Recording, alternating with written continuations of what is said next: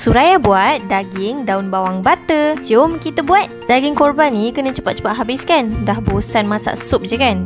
Try resepi ni. Tak nak lihat, potong nipis daging. Laju-laju masukkan 1 sudu besar sos tiram, kicap cair dengan lada hitam. Mami jangan lupa 1 sudu tepung jagung.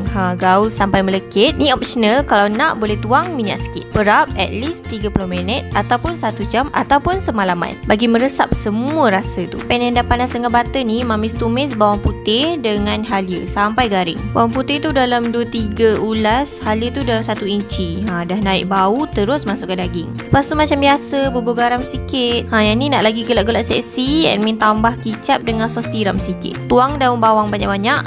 Dah siap.